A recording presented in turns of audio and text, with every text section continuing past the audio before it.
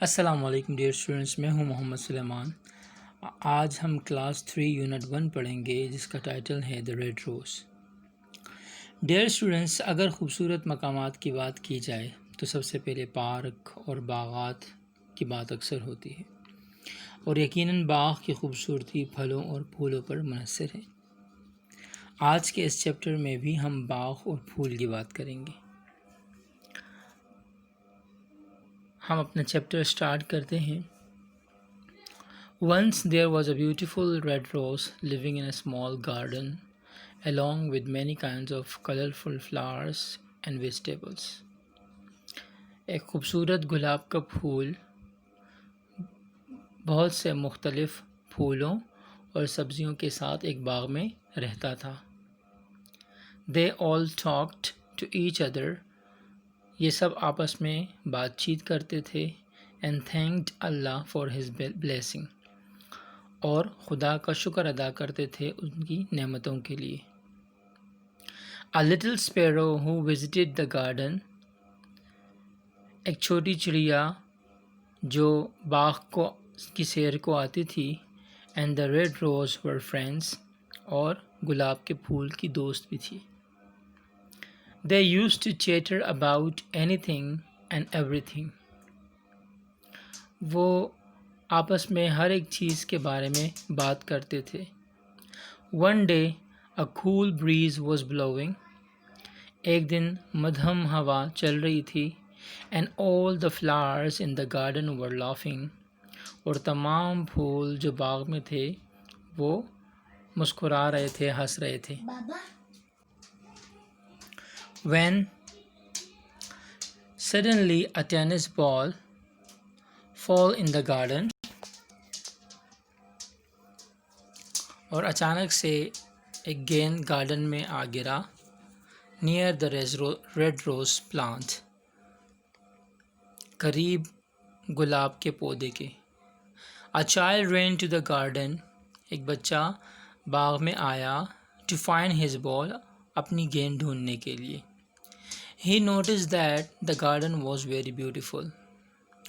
اس نے محسوس کیا کہ جو باغ ہے وہ بہت خوبصورت ہے۔ He plucked some of the daisies. اس نے چند ڈیزی پھول کو توڑا and plucked at the grass. اور اسے گراس پر پھینک دیا۔ یہ ڈیزی پھول کیا ہوتے ہیں یہ آپ اپنے اسکرین پر دیکھ سکتے ہیں۔ ان کا جو ہیڈ ہے وہ یلو ہوتا ہے اور جو پتیاں ہیں وہ سفید ہوتی ہیں۔ یہ پھول باغ میں لگے ہوئے تھے اور وہ لڑکا گیند ڈھونڈنے آیا تھا، اس نے یہ ڈیزیز فلاورز توڑے اور اسے باغ میں پھینک دیے۔ Then he saw the red rose and was about to pluck it. اور پھر اس نے گلاب کا پھول دیکھا اور اسے بھی توڑنے لگا but the small thorns pricked his fingers. مگر ایک چھوٹا کانٹا اس کی انگلیوں میں چبھا۔ So he left the garden and went back to his friends. تو وہ گارڈن سے روانہ ہوا اور اپنے دوستوں کے پاس واپس چلا گیا۔ All other flowers were worried for the daisies and the red rose. تمام دوسرے جو پھول تھے وہ پریشان اور فکر مند تھے ڈیزیز کے لیے اور گلاب کے پھول کے لیے۔ یہاں آپ دیکھ سکتے ہیں تھوڑی سی میں نے انڈر لائن کی ہوئی ہے، جو اسپیلنگ مسٹیکس ہیں یہاں پر، پرنٹنگ مسٹیکس ہے، یہ ہے DAISIES disease. Okay, next paragraph سے The next day اگلی صبح the little sparrow flew into the garden. چھوٹی چڑیا جو ہے وہ گارڈن آئی and said اور کہا Look, there are thick clouds in the sky. وہ دیکھو آسمان میں گہرے بادل ہیں۔ It is going to rain. اور بارش ہونے والی ہے۔ The red rose neither smiled nor replied. گلاب کے پھول نے کوئی جواب نہیں دیا اور نہ ہی مسکرایا خوش ہوا۔ The sparrow asked. اس چڑیا نے پوچھا What happened? کیا ہوا ہے؟ Why is everyone sad? کیوں ہر ایک اداس ہے؟ The sunflower told the little sparrow.